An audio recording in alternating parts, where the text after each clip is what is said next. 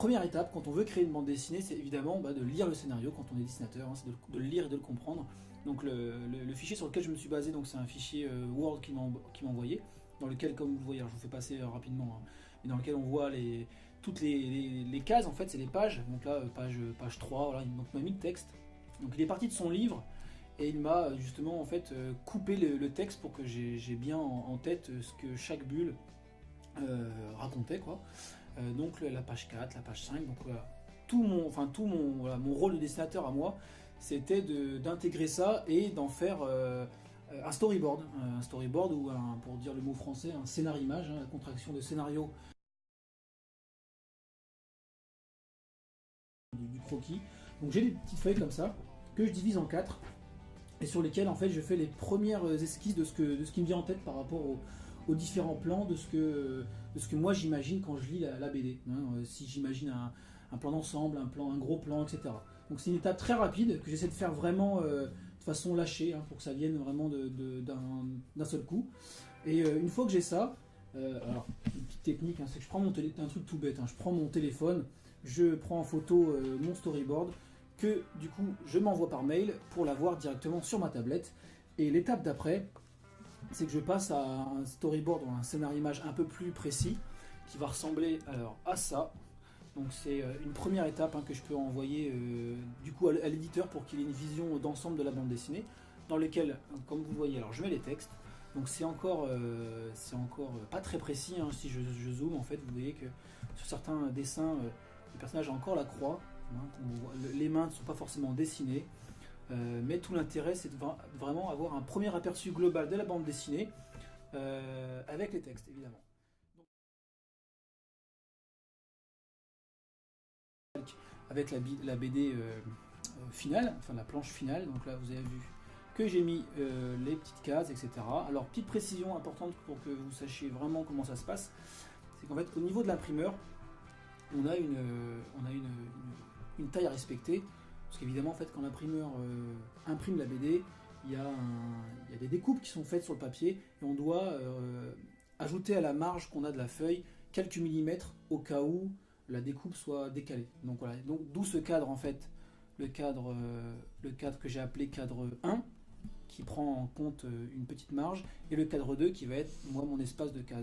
Donc les cases sont là, et après, voilà, tous mes calques sont un petit peu, voilà, dans le bordel, mais voilà. Donc voilà ma planche un petit peu mise au propre. Donc vous avez vu, alors je ne l'ai peut-être pas vu d'ailleurs, c'est que entre le storyboard et la page finale, il y a des cases qui ont changé, ça évolue.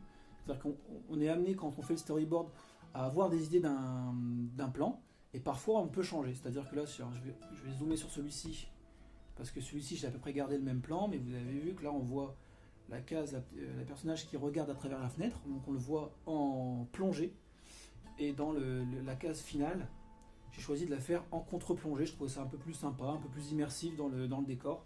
Voilà. Donc voilà, on fait un storyboard, mais on peut être amené à le changer. Pareil, hein, si vous avez bien regardé mon storyboard de départ, j'avais fait d'abord les personnages de profil, et là en plongée, je trouvais ça pas trop dynamique, donc j'ai fait une petite contre-plongée où on voit notre personnage principal en avant, et après une contre-plongée où on les voit arriver dans la rue avec les petits personnages voilà, qui rentrent dans la brocante.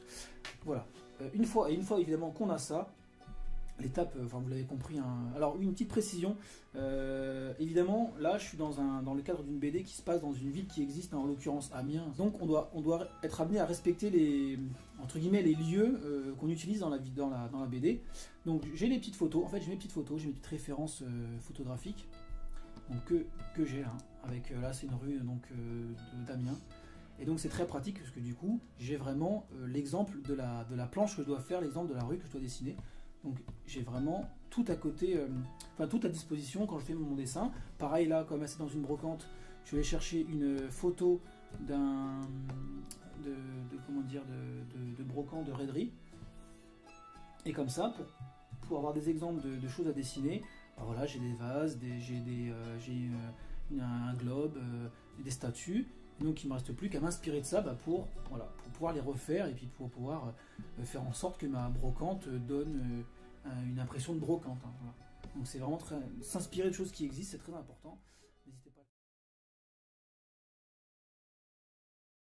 pas. Donc le travail du coloriste, on y revient, de mettre en couleur. Alors j'ai pas toutes les étapes, hein, j'ai pas tous ces calques, mais on a le travail final. Donc vraiment tout son travail à lui, ça va être de créer l'ambiance, voilà, de faire comprendre où on est, voilà, si c'est la nuit, si c'est le jour, enfin voilà, tout ce travail d'ambiance qui a créé de sa part. Voilà, donc c'est un métier vraiment à part. Certains dessinateurs font les deux. Moi, je suis vraiment resté sur le dessin. Voilà, j'espère vous présenter ce travail là très bientôt, normalement d'ici juin. En tout cas, j'espère que ça vous a plu. J'espère que vous comprenez un peu plus comment fonctionne la bande dessinée et comment on arrive à d'une page blanche, hein, une page blanche comme ça, à un bouquin qu'on a dans les mains, alors soit en bibliothèque, en CDI ou dans les magasins. Donc je recontacterai très bientôt les gagnants du concours, hein, qui l'ont bien mérité, pour leur envoyer la bande dessinée.